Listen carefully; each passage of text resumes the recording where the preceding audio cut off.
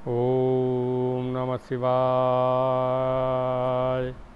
ओम नमः शिवाय। ओम नमः शिवाय। ओम माओम। ओम माओम। भक्तवर, प्रकृति ने सबके जीवन के लिए कुछ आयु निश्चित की है। कुत्तों के लिए अलग, हाथी के लिए अलग, बाघ के लिए अलग, पशु पक्षियों के लिए अलग, उसी तरह सांप, मेढक या कहें इस प्रकृति में जो भी जीव हैं, जो भी पशु पक्षी हैं, जो भी पेड़ पौधे हैं, सबके लिए प्रकृति ने एक आयु निर्धारित कर रखा है। और उस आयु के पूर्ण होते ही उसे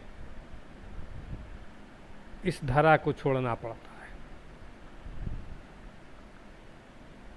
तो जब प्रकृति ने सबके लिए आयु निर्धारित किया है, तो ठीक उसी प्रकार की आयु हमारे लिए भी निर्धारित की गई है। हो सकता है कुछ कम बेसी हो, किसी का 60 हो, किसी का 80 हो, किसी का 70 हो, किसी का 40 हो, किसी का 50 हो। तो इस तरह से जय तारा, जय तारा, जय तारा, जय माँ काली, सबके लिए प्रकृति ने एक आयु का निर्धारण किया है। और उस आयु के पूर्ण होते ही हमें इस धरा से विदा होना पड़ता है, या कहना ये चाहिए कि हमें उस शरीर को छोड़ना पड़ता है। तो भक्तवर, ऊपर वाले की बहुत बहुत दया और कृपा है हम सबों पर कि हमने मानुष तन धारण किया है, मनुष्य तन धारण किया है, मानव तन धारण किया है। पशु पक्षी, जीव जंतु या कहें पेड़ पौधे अनजाने ही माँ का स्मरण और चिंतन करते हैं। लेकिन हम मनुष्य, जिन्हें ज्ञान प्राप्त है, बुद्धि प्राप्त है, ज्ञान देने के लिए सद्गुरु की व्यवस्था है, तब भी हम माँ महामाया जगत जननी का स्मरण और चिंतन नहीं कर पाते। ये हमारे लिए दुर्भाग्य की बात है। भक्तवर, अभी भी वक्त है। माता रानी के लिए हम अगर कुछ समय निकाल पाएं तो हम अपने लिए कुछ कर पाएंगे। सबों के लिए हम कुछ करते हैं, परिवार के लिए करते हैं, समाज के लिए करते हैं, देश दुनिया के लिए करते हैं, राष्ट्र के लिए करते हैं, गांव के लिए करते हैं, या कहें सबके लिए कुछ ना कुछ हम करते हैं। लेकिन अपने लिए क्या करते? कभी सोच कर देखा है आपने? आपने लाखों करोड़ों कमाई दूसरों के लिए, आपको क्या चाहिए? कभी स्थिर मन से बैठकर सोचिए।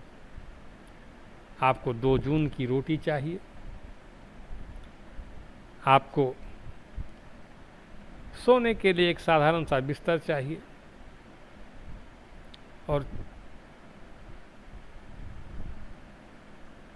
एक छोटा सा घर चाहिए।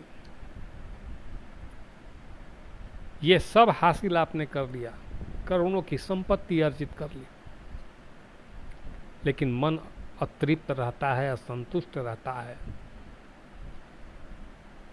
क्योंकि हम उस महामाया को भूल गए हैं, उस भगवती को भूल गए हैं, माँ परम्बा को भूल गए, माँ जगदम्बा को भूल गए, सदगुरु को भूल गए।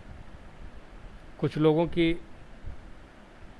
ये परंपरा रही है कि गुरु से दीक्षा तो अवश्य लिए, लेकिन पुनः उनके दर पर एक बार भी हाजिरी नहीं लगाई। उससे उनके जीवन में कलह उत्पन्न हो सकता है, उनका जीवन नरक बन सकता है। इसलिए यदि आपके सद्गुरु हैं तो उनसे एक बार, साल में एक बार सही, रोज ना होता हो, महीने में ना होता हो, साल में एक बार सही अवश्य मुलाकात करनी चाहिए। जय माता तारा, जय माता तारा, जय माता तारा, जय महाकाली, जय माँ दक्षिणा काली। ओम माँ ओम, ओम माँ ओम, ओम माँ।